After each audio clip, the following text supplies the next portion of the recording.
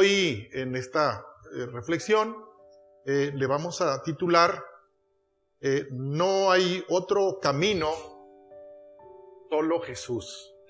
¿Ven? ¿Cuántos saben que el camino es Jesús? Dice ahí en el Evangelio de Juan, capítulo 14, versículos 5 y 6, dice: le dijo Tomás, Señor, no sabemos a dónde vas.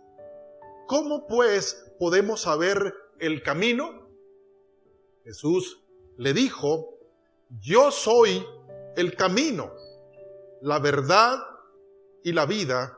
Nadie viene al Padre sino por mí. ¿Está muy claro quién es el camino? ¿Quién es el camino? Jesús. Jesús fue el que dijo: yo soy el camino. Y entonces, hermanos, vamos a pensar un poquito en esto, porque muchas personas piensan que hay otros caminos. ¿No les ha tocado escuchar esa frase, todos los caminos van a Roma? ¿Les ha tocado oírla? Todos los caminos van a Roma, ¿no? Y es un dicho muy antiguo, porque efectivamente todos los caminos iban a Roma, caminos reales, pues. Roma, al ser imperio, desde la ciudad de Roma, que era donde estaba la sede del imperio, ellos hacían caminos desde Roma a tal ciudad, de Roma a tal pueblo, de Roma a tal pueblo. Entre ellos no estaban tan comunicados, ¿sí? Ya ven que aquí hacen carreteras, por ejemplo, de un pueblito a otro, ¿no? De Zaguaripa, ¿a dónde? ¿A dónde? A Yécora. Y luego de un pueblito a otro, carreteras vecinales, pues que hay. Hay muchas redes de carreteras vecinales y cada vez se abren más. Pero en el tiempo de Roma, los caminos, Roma hacía caminos porque a Roma le interesaba ir, sí, con su ejército. Había un problema, había una revuelta, había una rebelión en tal lugar. ¿Qué hacía? Para esto tenía su camino desde Roma a tal pueblo. Eso fue la estrategia que siguió el Imperio Roma. Y por eso se decía, todos los caminos van a Roma, ¿no? Pero esto se está refiriendo a otra Roma. La gente como diciendo, no importa cómo le hagas, está bien así. Dios le agrada como lo hagas, como lo puedas hacer, no te preocupes, está bien así. Y hay quien está interesado en que así pienses. ¿Quién es ese que está interesado en que así pienses? El enemigo, Satanás, como le quieran llamar. Entonces, hermanos, como a Satanás le interesa que tú te pierdas, como a Satanás le interesa que tú te vayas al infierno, como a Satanás le interesa que tú te entretengas, que tú te distraigas, que tú voltees para otra parte, que tú no estés preparado para cuando Cristo venga por su iglesia y que te tengas que ir en el rapto. Él va a buscar todas las formas posibles para que la gente se quede en esta tierra. Se quede ya sea vivo cuando esté el rapto o muerto y no se levante cuando suene la final trompeta. Eso es lo que Él quiere, ¿verdad? Y entonces Él trabaja tanto con los no cristianos como con los cristianos. Así que no te salvas tú si eres cristiano, también a ti te echó el ojo, ¿no? Y del que no es cristiano y que está aquí también, con todo el respeto, porque le llamamos cristianos a los que siguen a Cristo, pues, conforme a la palabra de Dios. A lo mejor tú puedes ser simpatizante de la palabra, simpatizante de Cristo, no, pues sería bueno y tal, pero cristianos, según la palabra de Dios, es aquel que sigue, obedece y practica los principios y los mandamientos de la palabra de Dios. Entonces, hermano, Satanás desde mucho tiempo ha trabajado en esto. En el mundo entero. Si usted piensa que el cristianismo está en todo el mundo, sí está, pues, pero en otros países prácticamente ni han oído de hablar de Cristo. Hay otras religiones que creen en Buda, en Mahoma, Y hay un montón pues, de religiones donde Dios no aparece ahí. El Dios al cual servimos, ¿sí? Al único y verdadero Dios. No han oído hablar de Jesucristo. Y si usted escuchara y conociera la religión esta, diría, ¿cómo es posible? Por ejemplo, gente que se inmola. ¿Usted sabe lo que quiere decir inmolarse? Se lo voy a decir. Se ponen una especie de chalecos llenos de dinamita, de bombas, ¿sabe, no? Y entonces ellos van y se meten a un edificio, a un teatro, a un estadio, donde hay miles de personas. Y entonces estando ahí, le jalan a la palanquita, ¿no? Y ellos mismos explotan en 1000 pedazos. Para matar a mucha gente en nombre de su Dios. Y entonces, pero antes de que ellos exploten así, los líderes religiosos, los líderes les entregan unas llaves. Le dicen, cuando tú despiertes de esa, vas a despertar en el cielo y va a haber unas puertas ahí y con estas llaves tú vas a abrir el cielo. Esa es la doctrina. Y entonces ellos se van y explotan ahí, ¿verdad? Qué llaves, ni qué cielo, ni nada. Amén. Pero ese es. Y entonces el diablo ha aprovechado para que mucha gente y millones de personas estén engañadas y no conozcan que hay un Dios de amor, un Dios de perdón, un Dios que vino, que se humanó, ¿verdad? Y entregó su vida para que todo aquel que en él cree no se pierda, mas tenga vida eterna. Y hermanos, esas son las formas en que la gente está buscando salvarse. Erróneas, ¿verdad? Que no tienen que ver nada con la palabra de Dios. Hay otras formas, hermanos, un poco más modernonas, que son el salvarse por sus propias obras. Amén. Por ejemplo, decir, ¿sabes qué? Yo soy buena onda. Yo regalo despensas y yo voy a los lugares de necesidad y yo les ayudo a la gente. Amén. Y entonces yo siento que Diosito me tiene un lugar allá. Así me dijo un político a mí,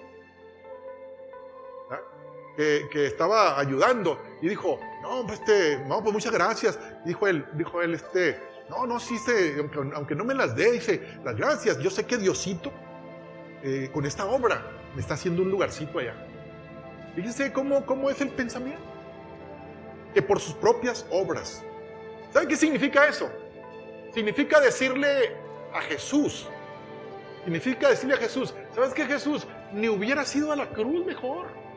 Mira cómo yo me estoy salvando con mis obras. Mira cómo no es necesario que hubieras derramado tu sangre ahí. Dios, que te subiste ahí a la cruz y hiciste el ridículo. Porque si yo con estas despensitas y con estas ayudas, ¿verdad? Con dinero a lo mejor mal habido, qué sé yo, pero porque ayudo a los demás, porque me porto bien, porque soy buena onda, entonces yo estoy siendo salvo. ¡Qué engaño! Y qué burla para Dios. Como diciendo, tu sacrificio, tu obra, tu encarnación y todo lo demás no sirvió para nada. Yo sé cómo salvarme. ¿Usted cómo la ve? ¿Cómo ve las estrategias de Satanás? Y esto, hermanos, lamentablemente, no nomás está sucediendo en el ámbito de los no cristianos.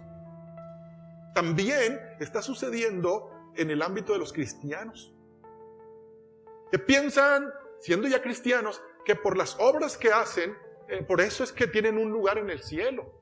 Pero hermanos, nunca, nosotros no podríamos hacer absolutamente nada por salvarnos, nada. ¿Qué es la salvación? ¿Un qué? Es un regalo de parte de Dios. Lo que Él pagó, nosotros jamás lo podríamos pagar. Ninguno, ni el más rico del mundo, podría abonarle tantito a la salvación. Amén. Es una ofensa delante de Dios. Amén. Bueno, estas son las trampas del enemigo. ¿Y por qué lo estoy mencionando? Porque el Señor dijo, yo soy el camino, la verdad y la vida. No hay otro camino. Dice la Escritura, porque no hay otro nombre debajo del cielo dado a los hombres mediante el cual podamos ser salvos. No hay otro nombre, no hay otra persona, no hay otro camino. Y el Señor mismo lo dijo, yo soy el camino. Y hermanos, ¿y qué decir de los diseños religiosos? Amén. Te voy a decir unos poquitos, pero tú te sabes más que yo. Novenarios, misas, purgatorio, indulgencias, intercesores falsos. ¿A qué te suena? ¿A qué te suena? Todo eso que mencioné ahí no está en la Biblia. Ni una de esas cosas. Busca la palabra misa a ver si está aquí. Busca la palabra novenario a ver si está aquí. Busca la palabra purgatorio a ver si está aquí. Busca la palabra indulgencia a ver si está aquí. Busca la palabra intercesores muertos. Sí, porque, a ver, ¿cuántos intercesores hay aquí? Pero estamos vivos. Pero estamos vivos. Si tú tienes o has tenido, y el mundo está así viviendo, con intercesores muertos, no voy a decir que falsos, mejor digo muertos. Y ahorita voy a explicar este asunto. Amén. ¿Sabes cuál es el único intercesor? Dice, porque, ¿qué dice? ¿Cómo dice la escritura del texto? Dice, porque hay un solo Dios. ¿Cuántos dioses hay? Un solo Dios, dice, y un solo mediador. ¿Qué es un mediador? Intermediario, intercesor. ¿Eh? Un solo mediador entre Dios y los hombres. ¿Quién? Jesucristo, hombre. ¿Y sabes por qué Él es intercesor? ¿Sabes por qué es intercesor? Porque está vivo. Por eso. Por eso tú eres intercesor también, ¿verdad? Porque estás vivo. Pero cuidado con el que está pidiendo y está echando mano de intercesores muertos. No hay ninguna persona, desde Adán hasta nosotros, que esté vivo, que haya soportado. Nosotros estamos vivos todavía, gracias a Dios, pues, pero la Biblia dice que es necesario que los hombres o los seres humanos mueran una sola vez y después el juicio. Entonces, de aquí para atrás a 100 años, o 100, por aquellos longevos que todavía andan vivos por ahí, 150 le vamos a poner, para irnos de paso. De ahí para atrás, ¿cuántos vivos hay? Ninguno. Hay uno solo. ¿Quién? Jesucristo, que habiendo muerto, resucitó y permanece vivo. Por eso Él es un intercesor al cual nosotros podamos clamar y usarlo como intercesor. Amén. Muy bien.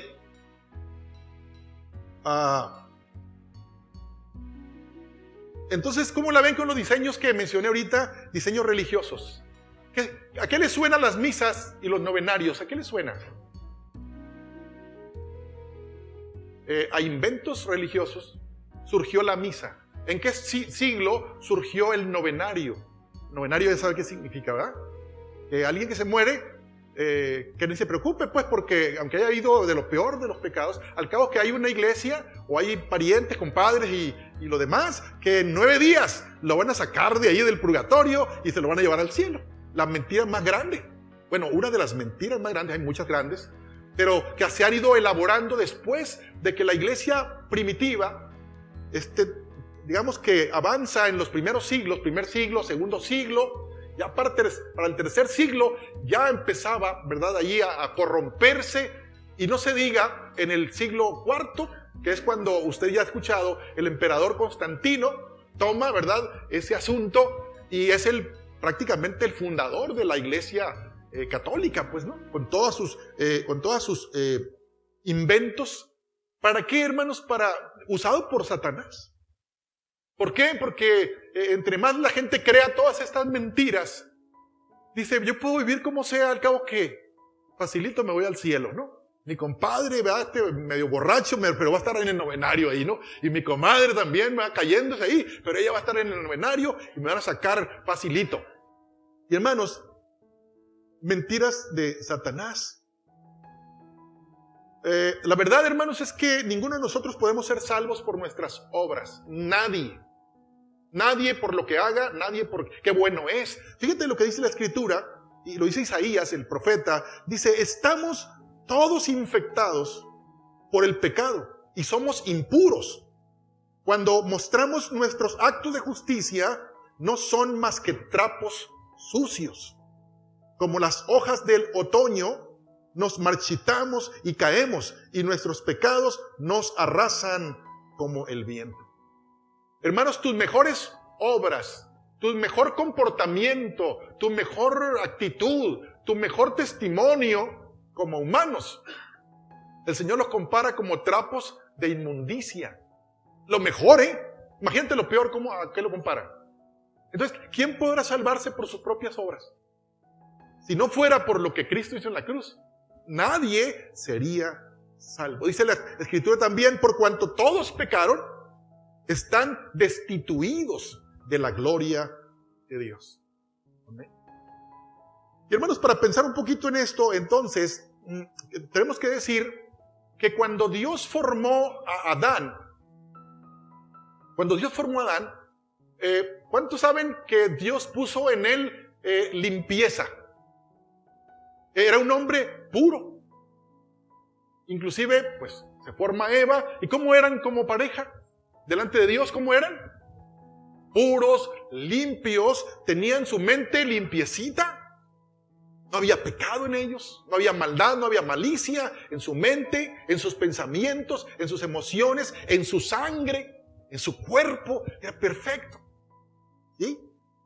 Dios puso un ADN ahí en sus células, su material genético estaba limpiecito para que ellos, al tener a sus hijos, ¿qué iban a transferir a sus hijos?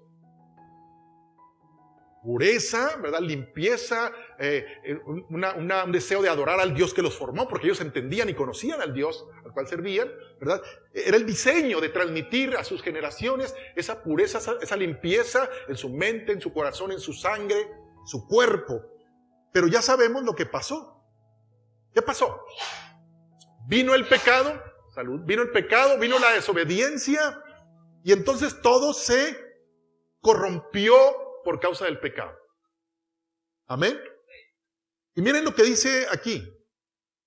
En Romanos 5:12, vean lo que dice. Dice, por tanto, como el pecado entró en el mundo por un hombre, y por el pecado la muerte, así la muerte pasó a todos los hombres por cuanto todos pecaron. Así que, hermano, venimos arrastrando nosotros desde Adán. ¿Qué venimos arrastrando? Una conciencia, un pensamiento pecaminoso, una tendencia a hacer el mal. Y no solamente, hermanos, en el tema moral o espiritual, también en el tema físico, biológico, ¿verdad? Entonces, venimos corrompidos por todo esto. Pero dice la Biblia que por un hombre entró el pecado y él vino corrompiendo las demás generaciones. Entonces, pero hermanos, Dios, ¿qué fue lo que colocó en Adán? ¿Algo sucio? ¿Algo limpio? Y entonces nosotros, los humanos, lo corrompimos. Y entonces, ¿qué tuvo que pasar? ¿Qué tuvo que hacer Dios para remediar en alguna medida esta corrupción? Que tuviéramos una oportunidad, que su creación tuviera la oportunidad de enmendar o de parar aquel problema que venía por generaciones. No sé cuántas generaciones desde Adán hasta Jesucristo, ¿verdad? No me traje ese dato, pero ahí está, ahí la podemos sacar también. Y entonces vea lo que dice la Escritura, Pablo lo dice a los Corintios, 1 Corintios 15, dice, así también está escrito, fue hecho el primer hombre Adán, alma viviente, y el postrer Adán, espíritu vivificante. ¿Había leído usted ese texto? ¿Lo había leído? Qué bueno. Entonces, el primer hombre, Adán, fue llamado alma viviente. Dice, y el postrer Adán. ¿Quién es el postrer Adán? Jesucristo. Fue llamado espíritu vivificante. Entonces, hermanos, quiero que observen esto. Dios coloca sangre nueva en Adán. Comienza el proyecto de Dios. Sangre nueva, una mente nueva, un ADN nuevo, sin contaminación, sin malicia, sin pecado, etc. Pero luego, ¿qué pasa? Se corrompe. Peca y el pecado trae muerte, trae enfermedad, trae asesinatos, trae todo lo que usted sabe, todas las líneas de pecado. Pero entonces viene el remedio. ¿Qué tiene que hacer Dios para remediar de alguna manera ese problema? Como era imparable, hermanos, como era imparable la transmisión de esa enfermedad llamada pecado en todas sus formas, entonces tiene que venir ahora Dios y en otro Adán, ya no en el Adán del principio, sino en otro Adán. ¿Sí? Ahora, ¿qué hace Dios? Pone otra simiente. Pone otra, no se va a basar ahora en la línea de Adán, porque la línea de Adán viene hasta nuestros días, ¿sí? Y va a seguir hasta que Cristo venga. La línea de Adán. La corrupción de Adán no se ha detenido y sigue todavía. Va a estar hasta que Cristo venga, sí, y va a seguir todavía. La línea corrompida de Adán. Entonces, ¿qué tiene que hacer Dios? Pone un nuevo Adán. Y para poner un nuevo Adán, ¿qué tiene que poner? ¿Nuevo qué? Nueva simiente, nuevo pensamiento, nueva sangre limpia. Amén. Ahora usted dice, ¿cómo que nuevo Adán? Si también nació, ¿verdad? Jesús. Pero usted ya sabe lo que pasó allí. ¿Qué pasó allí a diferencia de todos los mortales que han venido desde Adán hasta nuestros días? ¿Cuál es la diferencia en Jesús? Claro. Vean lo que dice aquí la Escritura. Lucas 1:35, vamos a ver lo que dice. Dice, respondiendo el ángel le dijo, ¿a quién? A María. El Espíritu Santo vendrá sobre ti. ¿Quién? Dice, y el poder del Altísimo te cubrirá con su sombra. Por lo cual también el santo ser que nacerá, ¿quién era? Jesús, dice, será llamado Hijo de Dios. O sea, un proyecto nuevo, pues. ¿Te fija ahí? Entonces, hermano, por eso en Cristo, mira, cualquier persona que intenta morir por ti, pues, no sé qué va a lograr para que tus pecados sean perdonados. Si yo muero por ti, tus pecados no son perdonados. ¿Verdad que no? ¿Por qué no son perdonados? Porque mi sangre, ¿cómo está? Amén. Por todos lados, ¿verdad? Entonces, no podía ser una sangre contaminada espiritualmente hablando. No podía ser una mente contaminada, una mente con pecado. Dígame, ¿quién de los seres humanos no ha pecado en la historia? ¿Quién? Hay uno. Jesús, dice la Biblia, pero sin pecado. Que fue sujeto a todas las tentaciones y pasiones y todo, pero sin pecado, dice la Escritura. Sin pecado. Jesús no cometió pecado. Amén. Entonces, ve lo que le dice Dios o el ángel a María. Tú nada más, como diciendo en otras palabras, está diciendo, tú nada más vas a ser un medio humano, porque el diseño de Dios es que nazca un nuevo ser con unas características divinas. Amén. No con el ADN ni con la genealogía humana corrupta, sino por eso el Espíritu Santo dice, vino y le hizo sombra sobre María. La palabra hizo sombra, pues no la podemos entender nosotros, es muy complicada, pero tiene que ver, ¿sabes con qué? Con ese embrión que se estaba formando allí, sin la intervención de José. Sin la intervención ni de José ni de ningún otro, Porque para esto quiero decirte que hubo mucho problema en la sociedad de ese tiempo, porque pensaban que María había tenido que ver con otro hombre. ¿Sí? Inclusive le llegaron a decir hijo de fornicación. Porque José decía, pues si yo no tuve que nada. Afortunadamente el ángel se aparece a José y le dice, ¿verdad? Y le explica cómo está el asunto. Entonces, ¿cómo se imaginan, verdad? Que nazca un ser sin la intervención de la semilla del varón. ¿A qué no es posible? Entonces, María sola no puede, ni el hombre solo, ni la mujer sola pueden concebir, ni engendrar. No se puede, es imposible.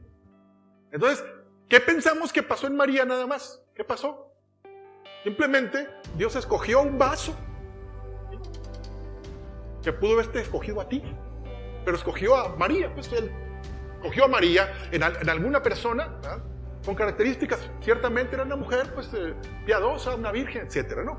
Pero simplemente fue el vaso que usó el cielo, amén, para que aquel proyecto divino se diera y viniera alguien que no traería la simiente de Adán, corrupta, porque entonces Jesús no podría, entonces, con su sangre, habernos limpiado de todo pecado. Amén. No pierdas el caminito de lo que estoy diciendo, porque por algo Jesús le dijo a Tomás, yo soy el camino. No hay otro. Amén. Por eso mencioné las otras formas que el diablo ha creado para que la gente se lo crea. Pero el cielo, Dios mismo, ¿verdad? Proveyó una forma en Jesús a través de un proyecto, un segundo Adán, que se llamó Jesús, que no dice que no viene de voluntad de varón, de voluntad de humana, sino de Dios. ¿Sí? Entonces, dice la Escritura, dice Juan 1:14, y aquel verbo fue hecho carne y habitó entre nosotros, y vimos su gloria como la del unigénito del Padre, lleno de gracia y de verdad. Dice, y el verbo fue hecho carne. ¿Cuál verbo? Aquel que dijo, sea la luz, sean los planetas, sean la expansión de las aguas, sea esto, esa voz, ¿sí? Ese verbo se hizo carne. ¿Te fijas? Así es que Jesús no vino de la simiente de Adán. Amén. No sé si lo había pensado o si lo había pensado, pero es importante que entendamos por qué Jesús es el camino, pues. Amén.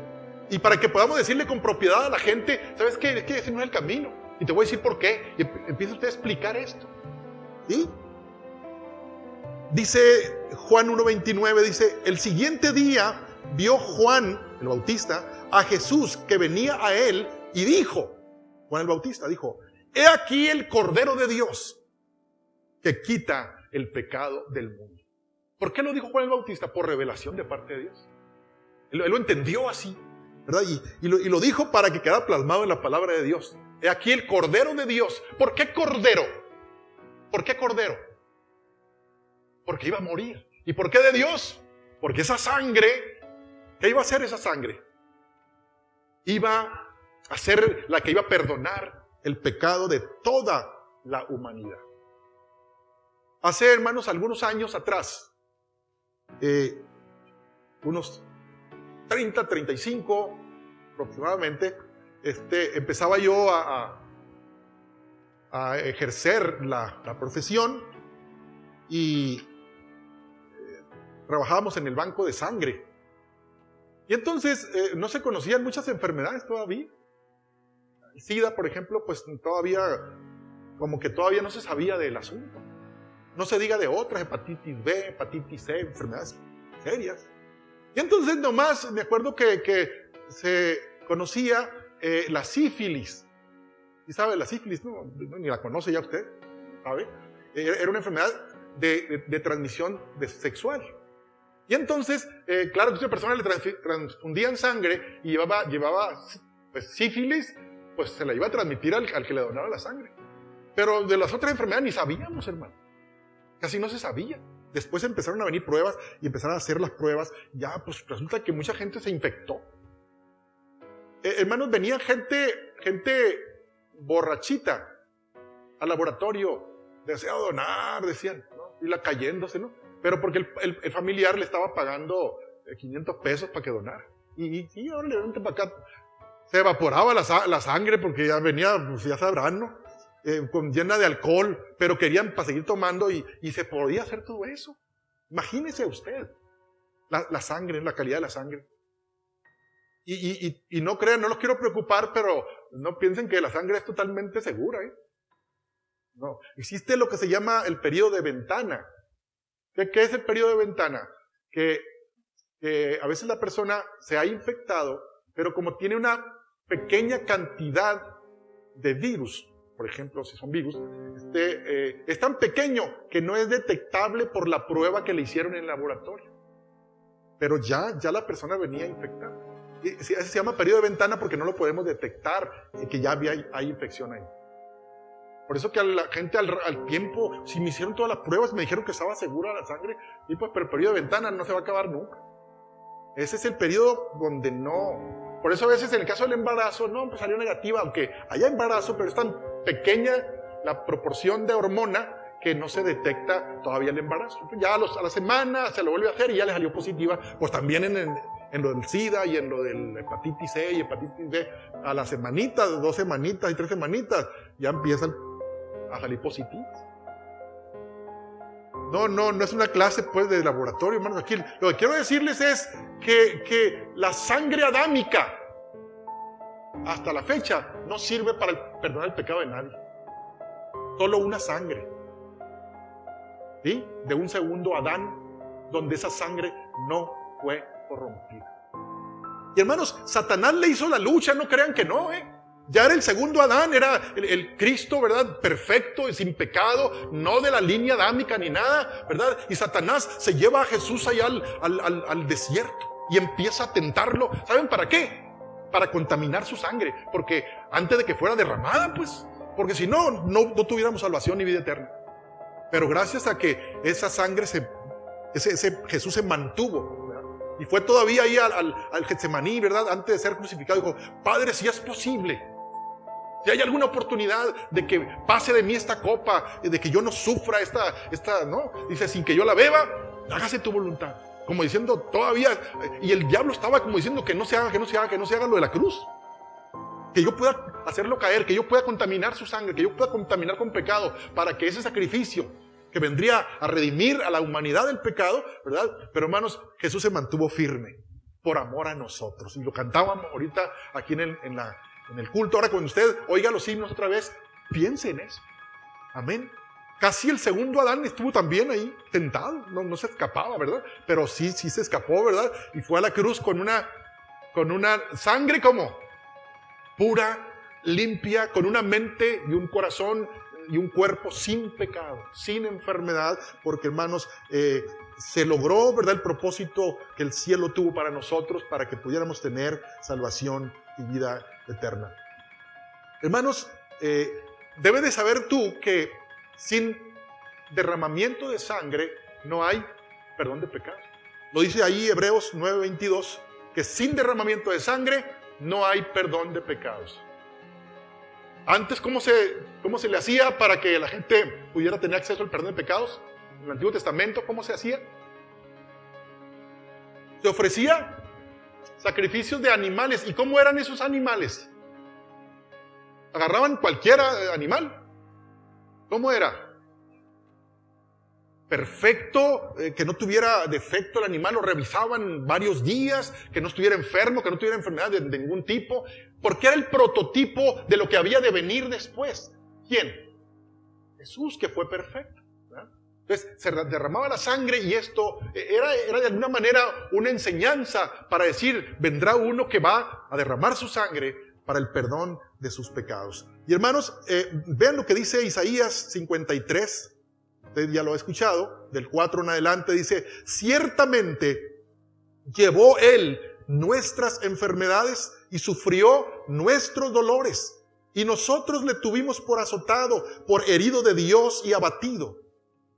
Mas Él herido fue por nuestras rebeliones, molido por nuestros pecados. El castigo de nuestra paz fue sobre Él, y por su llaga fuimos nosotros curados. Todos nosotros nos descarriamos como ovejas, cada cual se apartó por su camino, mas Jehová cargó en Él el pecado de todos nosotros. Angustiado él y afligido, no abrió su boca. Como cordero fue llevado al matadero, y como oveja delante de sus trasquiladores, enmudeció y no abrió su boca. Eso hizo el Cordero de Dios. Amén. Eso hizo nuestro Señor Jesucristo. Y dice Pablo a los Efesios, dice en el 1:7, en Él tenemos redención mediante su sangre, el perdón de nuestros pecados, según las riquezas de su gracia. Amén. Yo quiero decirle qué efectos tiene la sangre de Jesús para los que lo aceptan. ¿Quiénes han aceptado a Jesucristo como su Salvador? Ya. Lo han aceptado de manera total. ¿Cómo es? ¿Cómo acepto a Jesucristo como mi Señor y Salvador? ¿Cómo lo acepto? Aparte que lo digo, ¿verdad? Señor, te reconozco y te acepto como mi Señor, ¿verdad? Ven a morar en mi vida, perdona mis pecados. Todo eso está bien, lo vamos a decir ahorita al final también. Pero ¿qué paso sigue? Apartarse del mal y seguirlo. ¿Y cómo lo hacemos? ¿Qué pacto hacemos de manera pública? ¿Qué pacto? ¿Qué pacto? El bautismo. ¿Qué pacto hace el matrimonio? Bueno, pues en la boda y toda la cosa. Bueno, en el bautismo ahí estamos diciendo públicamente que estamos pactando con Dios y aceptando lo que Él hizo por mí. Entonces, vamos a ver qué efectos. Un efecto es adquirimos nueva naturaleza. ¿Sí? El que está en Cristo, nueva criatura, nueva naturaleza, nueva tendencia. Amén. ¿Por qué, hermanos? Porque la sangre perfecta de Jesús ha sido derramada. Esa sangre del segundo Adán. No del primer Adán, ya la teníamos esa. Amén. A ver, ¿quién era mentiroso? Mejor no levante la mano. Bueno, ya levantó. Pues. Bueno, ahora es nueva criatura, lo bueno. ¿Sí? Entonces, hermano, esa era la sangre del primer Adán, pues. Pero cuando la sangre de Cristo se derramó sobre nosotros, cuando lo aceptamos a Él, fue vertida la sangre preciosa, sin mancha, ¿sí? Sin pecado. Fue transmitida a nosotros, por eso tenemos nueva naturaleza. ¿Está entendiendo usted esto? ¿Lo estoy explicando bien? Ok. La segunda cosa, hermanos, es que somos perdonados. Dice Juan, 1 Juan 1:7, dice, pero si andamos en luz, como Él está en luz, tenemos comunión unos con otros, y la sangre de Jesucristo, su Hijo, nos limpia de todo pecado. ¿Qué hace la sangre de Cristo? Nos limpia de ¿cuántos pecados? De los más bajitos, de los gordos también, digo de los pecados, ¿no? De los gordos, pecados gordos, también, de todos. ¿Quién hace eso? Cristo a través de su sangre. Amén. ¿Qué otra cosa, hermanos, hace? ¿Qué beneficio tiene la sangre de Cristo en nosotros? Recibimos salvación.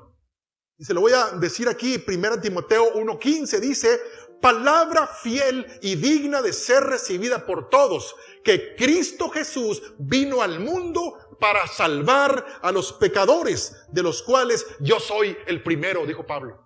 Amén. Entonces, Él vino a darnos salvación, la sangre de Cristo. ¿Sí? Y otra cosa, hermanos, que hace la sangre de Cristo sobre nosotros es que somos hechos hijos de Dios. ¿Ven? Que no es cosa menor.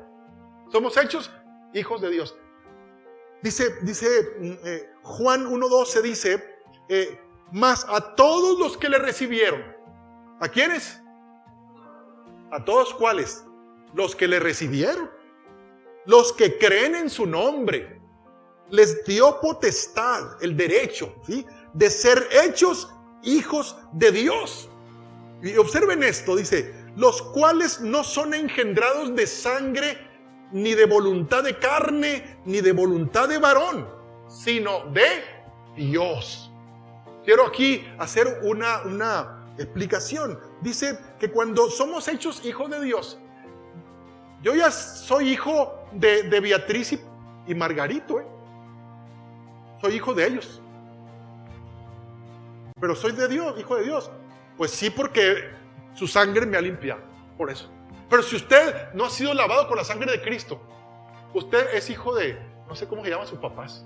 Nomás son hijos, es hijo usted de ellos nada más. Es que, hermanos, para muchos es como ofensivo que les diga a uno que no son hijos de Dios. Pero aquí me está diciendo otra cosa la palabra de Dios. ¿Qué me dice? Que más a todos los que le recibieron. ¿A quién más? A los que creen en su nombre, a ellos les ha sido dada la potestad de ser hechos hijos de Dios. A los que no. ¿Ah? Amén. Así es que tomemos nota de esto. ¿Quiénes van a ser arrebatados en el rapto de la iglesia? ¿Quiénes? Los hijos de Dios, nada más. Los que no son hijos de Dios, no. Y el Señor dijo, yo soy el camino. Y el que no, y en el camino, y también dijo Él, yo soy la puerta. Son dos cosas, Jesús es el camino y también es la puerta. Y el que por mí entrare, dijo, será salvo. Así que si alguien va por otro caminito por ahí, ¿qué va a pasar con él? Bueno, ¿cuántos necesitan la sangre de Cristo que sea derramada sobre usted? ¿Quién dice es necesario? ¿Usted necesita la sangre de Cristo o no la necesita? Amén. Cuando, hermanos, nosotros somos hijos de Dios porque le recibimos, porque creímos en su nombre y porque fuimos bautizados en su nombre y todo lo demás, entonces somos bendecidos. ¿Y un bendecido qué puede heredar? Bendición. Y el que no ha hecho eso, ¿qué es lo que va a heredar? Maldición y otra cosa más, condenación. Así lo dice la Biblia también. El que creyere y fuere bautizado será salvo, mas el que no creyere, casi no lo decimos, pero está en la Biblia, será condenado. Entonces, ¿qué heredamos cuando no aceptamos a Cristo, como no lo recibimos, que no somos hechos hijos de Dios? ¿Qué heredamos? Maldición, condenación, y eso se ve, hermanos, se ve. En las próximas generaciones se ve. Amén. Ok. Hermanos, cuando somos hijos de Dios, Satanás ya no se enseñorea de nosotros a través del dominio por el pecado. Cortamos con esa herencia. Tal vez tú digas, es que mis papás fueron borrachos, fueron drogadictos, fueron asesinos, fueron ladrones, fueron golpeadores. Mis padres y mis abuelos también, y mis bisabuelos también, y podemos seguirle hasta Adán, ¿no? Hasta Adán para atrás. ¿Ok? Pero yo puedo cortar esa herencia. ¿Cómo la corto? A través de la sangre del segundo Adán. Me apropio de esa sangre. Para eso, hermanos, Dios preparó este camino, esta forma, para que cuando creemos en Él, hermanos, no nos perdamos, sino tengamos vida eterna. Nos apropiamos de la sangre de Cristo. Amén.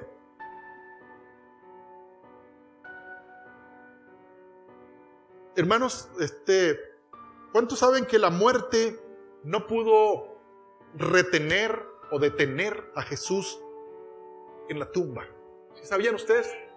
Que la muerte no lo pudo retener.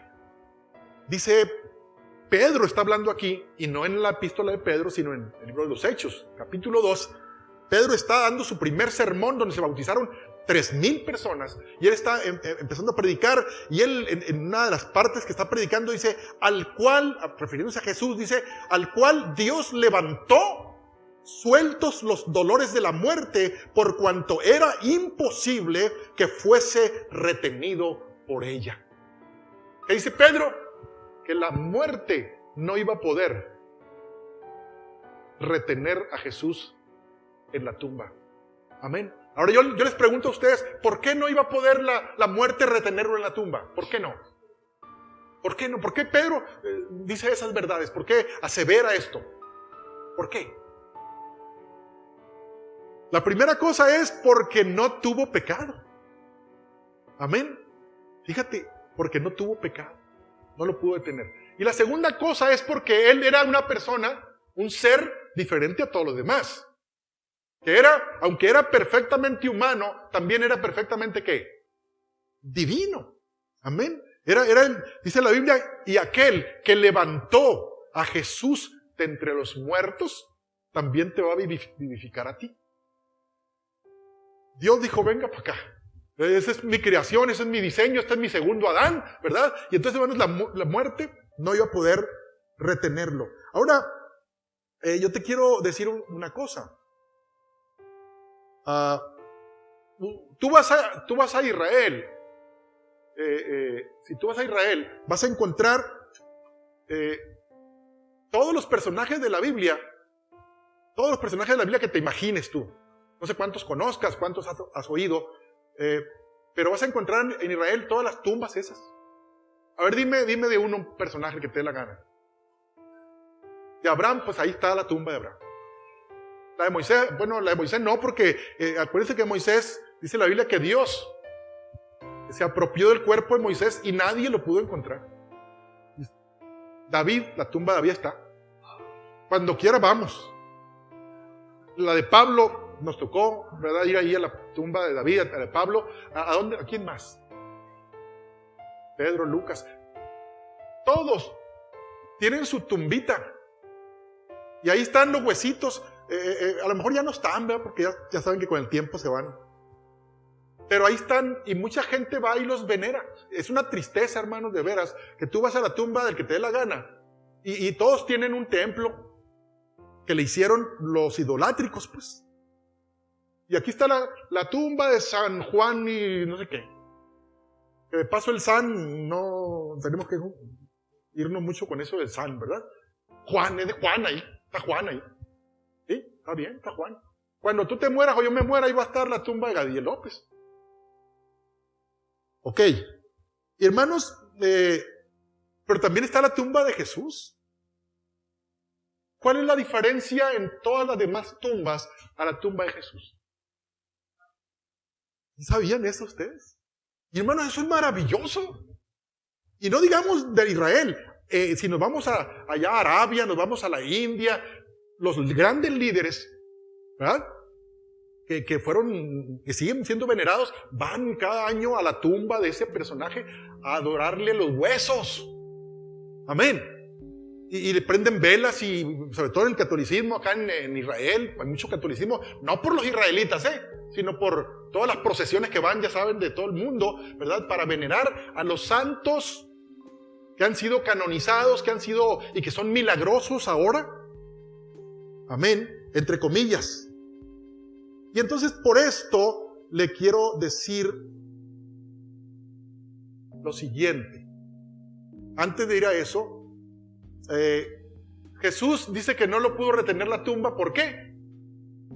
Porque su sangre no fue contaminada con el pecado. Hermano, tome nota de esto que le voy a decir. Si usted echa mano, si usted dice, yo quiero que la sangre de Cristo sea vertida sobre mí a través de aceptarlo como mi Salvador, aceptar su sacrificio en la cruz del Calvario y nacer de nuevo, la tumba no lo va a poder detener a usted tampoco. ¿Entendió eso? ¿Quién va a ser levantado en el rapto? A lo mejor usted está pensando que no se va a morir. Bueno, pues está bien, pero si usted se muere antes de que Cristo venga, viene el rapto, ¿verdad? Y usted ya se murió. Bueno, o yo, bueno, para que no piense que no usted, ¿no? Y yo. Estamos muertos toditos ahí. Pero si la sangre de Cristo, de ese segundo Adán, nosotros la hicimos propia, ¿verdad? Y dijimos, Señor, gracias por tu sangre, yo la tomo, ¿verdad? Y la recibo como en rescate por mis pecados y para tener salvación y vida eterna. Y me voy a la tumba. Ahí estoy yo. Dice la Biblia, y los muertos en Cristo resucitarán. Los que tomaron, no tuvieron en poco la sangre de Cristo y vinieron y nacieron de nuevo. Amén. Y entendimos que Él es el camino, la verdad y la vida. Cuando suene la final trompeta, ¿qué va a pasar con todos esos muertos que aceptaron a Cristo y aceptaron su sangre preciosa y su sacrificio? ¿Qué va a pasar con ellos? La tumba no los va a poder detener, aunque sea de fierro y de bronce y de lo que sea, ¿verdad? Dice la Biblia que seremos levantados, resucitados para ir a encontrar al Señor en los aires. Pero cuando suene la final trompeta, muchos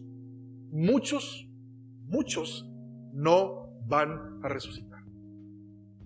¿Quiénes no van a resucitar? Amén. Entonces, ¿qué espera usted? ¿Qué espera? Bueno, ya usted lo aceptó a lo mejor, pero el que no lo ha aceptado, se lo digo esto, hermanos, Porque es nuestro papel, ¿verdad? Como comunicadores. Dice la Biblia que el papel del atalaya, ¿qué? ¿Cuál es? Anunciar a la gente, decirle lo que dice la palabra de Dios. Nosotros, una vez que se lo decimos, podemos dormir tranquilos. Porque la responsabilidad ya no es nuestra, sino ¿de quién es? De cada quien. Amén. Ok. Pero no sin antes decir que una de las trampas de Satanás, lo tengo que mencionar, porque está invadido nuestro país de esto, es el tema de los mediadores y de los corredentores. ¿Sí sabe qué es eso, verdad? Los mediadores son todos los muertos, y la palabra de Dios prohíbe consultar a los muertos, la palabra de Dios prohíbe adorar a los muertos, prohíbe reverenciar, o ¿cómo se puede decir? No es la palabra. Venerar a los muertos. La palabra de Dios prohíbe ponerle velas ahí, a hincarse, ¿cómo se llama? Inclinarse ante ellos de los muertos. Dice la Escritura, porque hay un solo Dios y un solo mediador. ¿Cuántos mediadores hay? Uno solo, no hay muchos. Amén. Y entonces cualquiera que tiene otro intercesor muerto, o corredentor, está evocando espíritus de muertos. Y quiere que le lea lo que dice el Antiguo Testamento. Lo que dice ahí en el Antiguo Testamento. Dice: y el hombre o la mujer que evocare espíritus de muertos o se entregue a la adivinación ha de morir. Y dice más feo, dice: serán apedreados, su sangre será sobre ellos. Eso hacía Israel con los que evocaban a los muertos. ¿Y sabe dónde está Pablo? ¿Cómo está Pablo ahorita? ¿Cómo está? Muerto, pues. Dígalo, a ver, ¿cómo está Pablo? ¿Dónde está? En la tumba, muerto, allá está Pablo. ¿Y Pedro dónde está? ¿Y Adán dónde está? ¿Y dónde está María? ¿No se oyó? ¿Dónde está María? Está muerta. Está muerta. ¿No le sonó como muy duro así? ¿No le dolió a usted que diga yo que está muerta? Y entonces, ¿qué hace una persona pidiéndole a un muerto? ¿Qué hace una persona viéndola como corredentora? ¿Sabes qué quiere decir redentor? Es el que nos redimió con su sangre, fue a la cruz del Calvario, pagó el precio, sufrió todos los dolores que ya dijimos ahorita para redimirnos. Y resulta que viene otra persona, un humano como cualquiera, y es corredentor, o sea, junto con él, al parejo con él. ¿Se fija la trampa del enemigo? Le voy a leer un comunicado del Papa Pío XII hace 70 años aproximadamente, cuando se aprueba o se establece la asunción de María. ¿Sí? ¿Sabe qué es la asunción de María, verdad? ¿Sí sabe? ¿No tiene idea usted? ¿No sabe usted por qué la gente le pide a María? ¿Por qué venera a María? ¿Por qué le pide? ¿Por qué? ¿Sí sabe usted por qué? Si está muerta, pues no le podría pedir porque está muerta. Pero resulta que la religión y Satanás con todas sus huestes han a través del tiempo, ¿verdad?, acomodado para que ahora María no está muerta ya. Ahora María ha resucitado y está a un ladito de Jesús, ¿verdad?, para hacer el trabajo de, a ver, pídame a mí primero y después yo voy a ir con Jesús a decirle, como está viva y está en el cielo. Pero la Biblia no dice eso, pues. Dice la Biblia: y de la manera que está establecido para los hombres que mueran una sola vez y después que viene el juicio. Todos los que murieron están allí muertos esperando que suene la final trompeta, y unos van a resucitar primero y otros van a resucitar después para vergüenza y condenación perpetua. Entonces, hermano, aquí resulta que nos Intentaron meter gol a todos los humanos. Y eso nos trae un problemón enorme, moral, espiritual, económico y político y todo por causa de todo esto. Le voy a leer el comunicado del Papa. Dice, de Pío XII, dice: después de elevar a Dios muchas y reiteradas preces y de invocar a la luz del Espíritu de la verdad, para gloria de Dios omnipotente, que otorgó a la Virgen María su peculiar benevolencia, para honor de su Hijo, Rey inmortal de los siglos y vencedor del pecado y de la muerte, para aumentar la gloria de la misma augusta Madre y para gozo y alegría de la Iglesia, con la autoridad de nuestro Señor Jesucristo y de los bienaventurados apóstoles Pedro y Pablo, y con la nuestra, pronunciamos, declaramos y definimos ser dogma divinamente revelado que la Inmaculada Madre de Dios, siempre Virgen María, terminado el curso de su vida terrena, fue ascendida en cuerpo y alma a la gloria celestial. ¿Sí entendieron eso? Como diciendo, para que lo sepa todos los católicos, que ya María no está en la tumba, ya no la mandamos para arriba.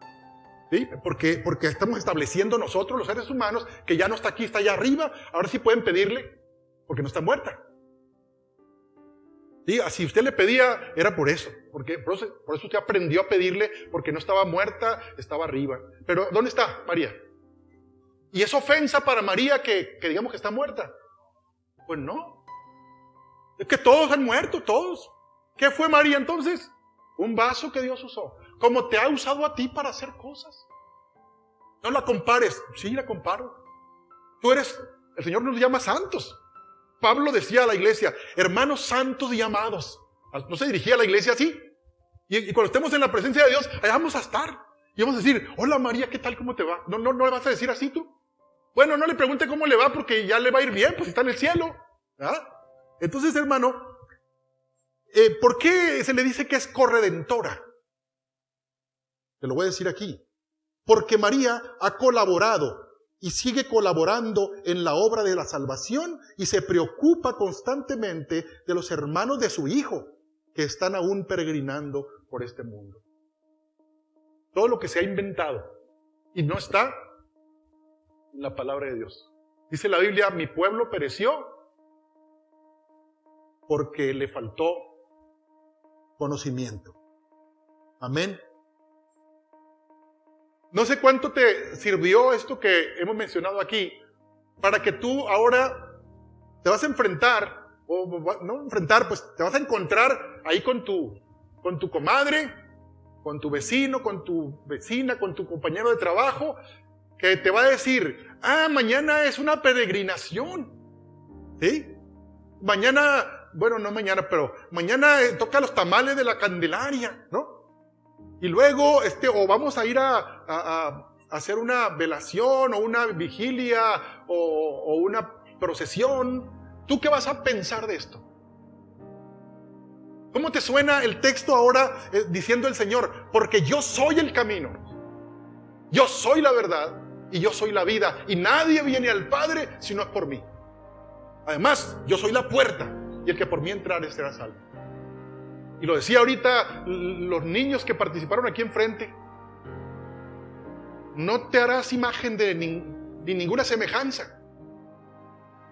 No tendrás dioses ajenos delante de mí, ni los honrarás, ni te postrarás a ellos, etcétera. Dice, porque yo soy un Dios celoso, que castigo la maldad, porque eso es maldad. Maldad de los padres sobre los hijos hasta la tercera y cuarta generación de los que me aborrecen. Entonces, hermanos, no podemos nosotros estar oyendo a alguien que está yendo al precipicio y no hacer nada. Amén. Y como ya los puse de pie, y le voy a decir una pequeña anécdota de experiencia personal. Hace como unas semanas atrás, hablando con una compañera de trabajo sobre este tema, una persona pues obviamente católica, ¿verdad? Le estaba explicando yo este asunto, porque ella pues es muy devota de María, pues, ¿no? Y entonces le digo, ¿por qué? ¿Quién María? Le digo, es que es redentora y es intercesora. Y yo le pido a María para que vaya con Dios, ¿no? Y con Jesús y toda la cosa. Entonces le digo, ya le empecé a explicar todos estos textos, ¿no? Y los 10 mandamientos y todo. Y me dijo, o sea que yo me voy al infierno, dijo. Pues si no te arrepientes, sí, le dije. Y me va a dar mucha tristeza, le dije yo, que yo estando en el cielo no te vea por ahí, le dije yo. Y se soltó riendo, pero una risa que no era de contentamiento. Amén. Entonces yo espero que esa palabra no deje dormir a esta persona en el buen sentido, ¿no? No estoy diciendo nada mal, pero que sigan pensando que es mentira todo eso, pues. Es mentira. Pero dejen ustedes que sea mentira, que entre tanto que pasa el tiempo y pasa el tiempo, ¿qué es lo que puede ocurrir? Que te mueras o que Cristo venga por tu iglesia, por su iglesia, y tú te quedes envuelta o envuelto en todas las mentiras que el diablo, todas las redes de mentira para que la gente se quede en esta tierra y venga a sufrir, ¿verdad? Lo que él va a sufrir, Satanás.